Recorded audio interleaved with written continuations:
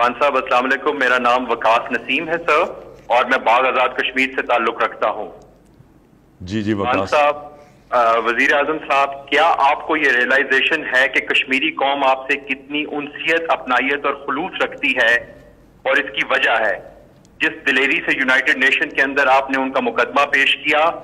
بالا کوٹ واقعے کا جس بہادری سے آپ نے جواب دیا، کووڈ 19 کے دوران جس طرح فیڈرل گرانٹ کے تھرو آپ نے کشمیری قوم کی مدد کی،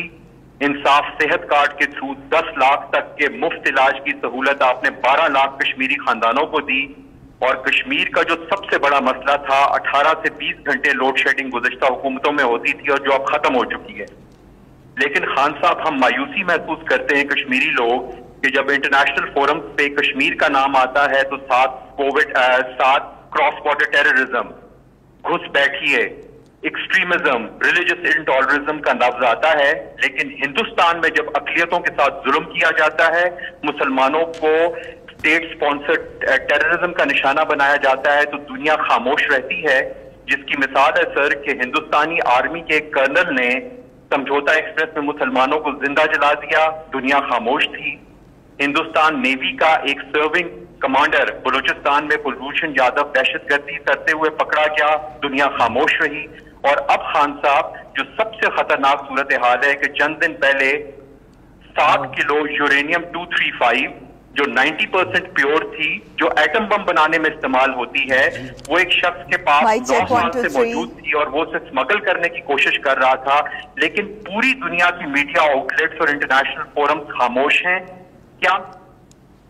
جی وقاص دیکھیں، ایک ریالٹی ہے، یعنی دنیا میں جو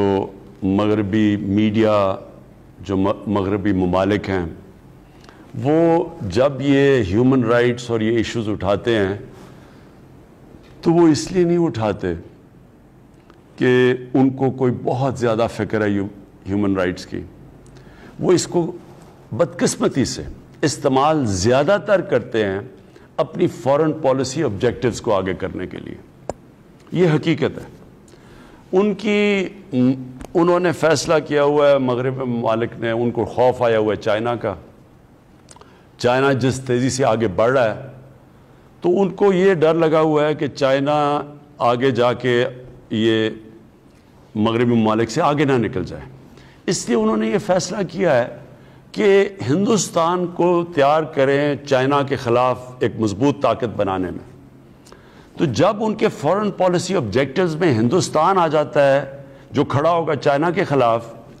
جو بالکل یہ احمقانہ سوچ ہے، وہ چائنا کے خلاف نہیں کھڑا ہو سکتا، بلکہ ہندوستان اپنی تباہی کرے گا اگر وہ کھڑا ہوتا ہے، لیکن وہ یہ کوشش کر رہے ہیں کیونکہ وہ اس کے خلاف کھڑا کریں، وہ سب کچھ پھر بھول جاتے ہیں